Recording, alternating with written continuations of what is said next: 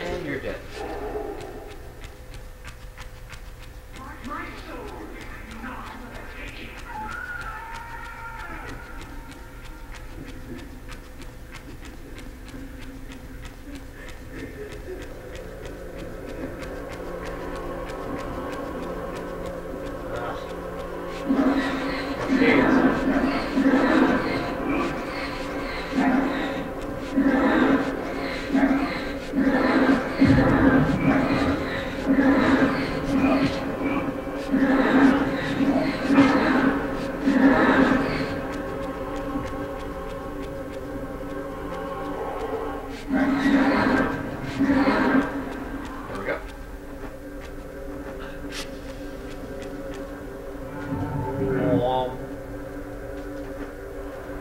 In this crypt, I discovered ethereal gases rising from the mouldering corpse within.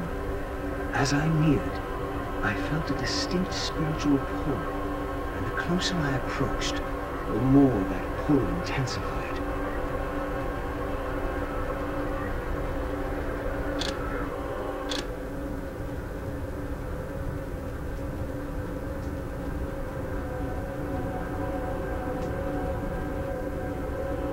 In the end, it was not difficult.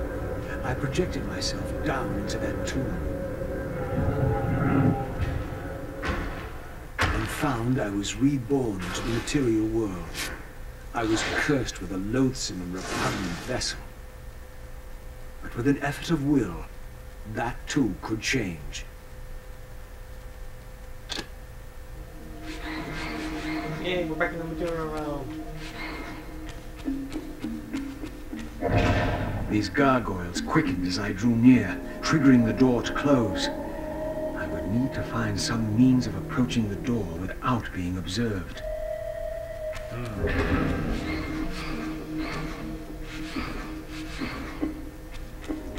See? How to trigger.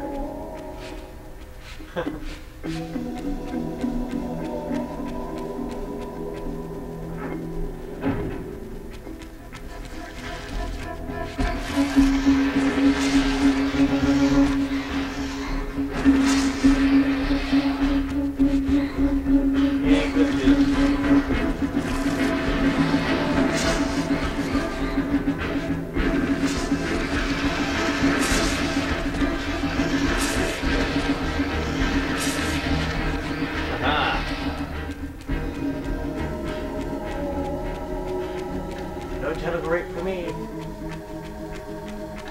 not like, do not approve of telegrate. Not very nice. She says she won't go near the place. I tell you, the pillars are haunted. Haunted? I heard a woman's voice talking and moaning, and there was no one there. How many vampires have you killed? And you can't face down one ghost? I knew who these were.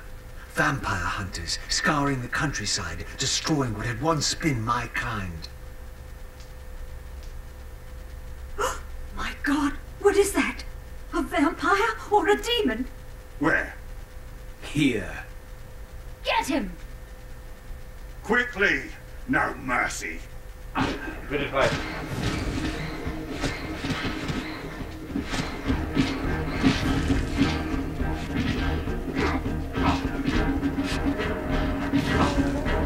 Molotov!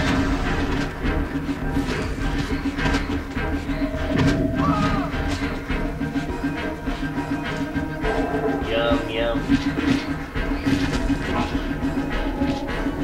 Ow. Kill her already.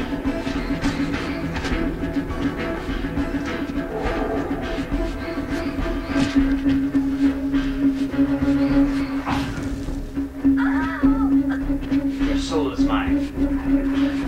I'll throw them all out. These were Mobius's hunters, mercenaries enlisted in his crusade to exterminate the vampires. His insignia was unmistakable. But this meant I'd been captive in the underworld for centuries. I had lost 500 years. 530. Then I knew what ghost it was that haunted the pillars. Aria, the specter of the murdered Balance Guardian. Perhaps she could provide the answers I sought. But first I would have to find a way out of this cemetery. Yeah, our current time... This temple's facade hinted at some ancient vampire origin, for it bore the sign of the Reaver and was marked with the elemental symbol of light. The mystery of the Reaver might be answered within, but this edifice was too high for me to reach. The beginning of Soul River 2, where Kain leads Raziel, that is 30 years before where we are right now. So that's how you know where we are. Because I just told you. Let's go ahead and explore. Another temple.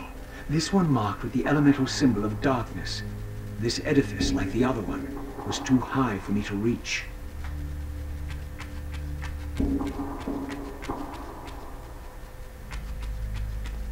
Facing the wrong way for it.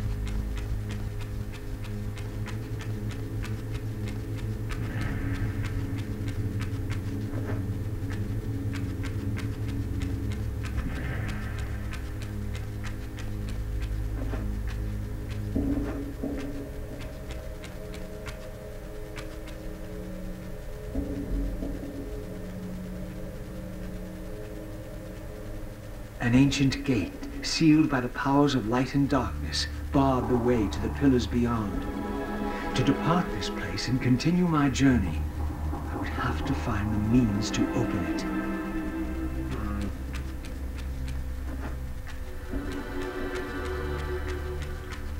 If I recall, forging these two Reavers is pretty easy.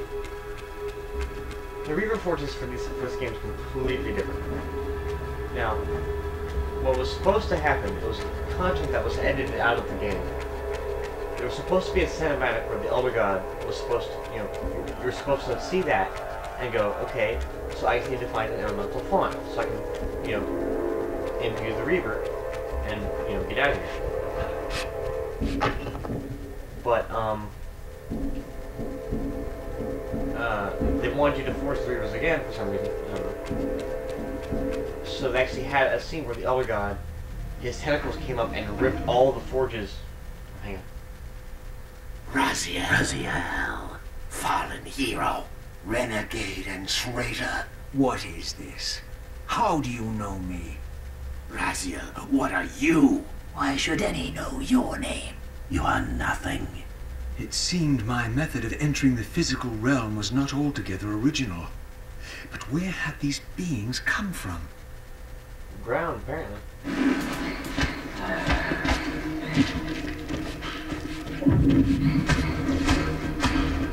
So yeah, there was supposed to be a cinematic where the Elder God,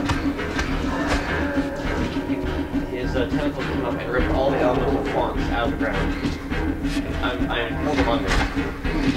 They couldn't use them.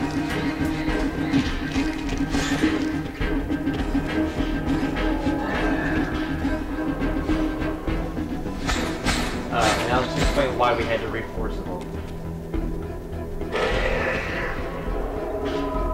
So as a result, you actually, in this game, you forge them, and each Reaver element you get is forged in a new way. Because you used to, the Reaver itself would suck the energy out of the forge. Now, as you'll see here in a bit,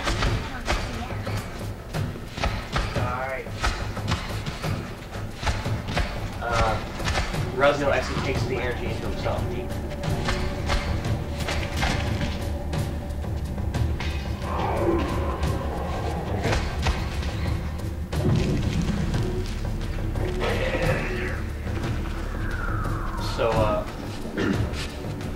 So he himself is forged with the energy.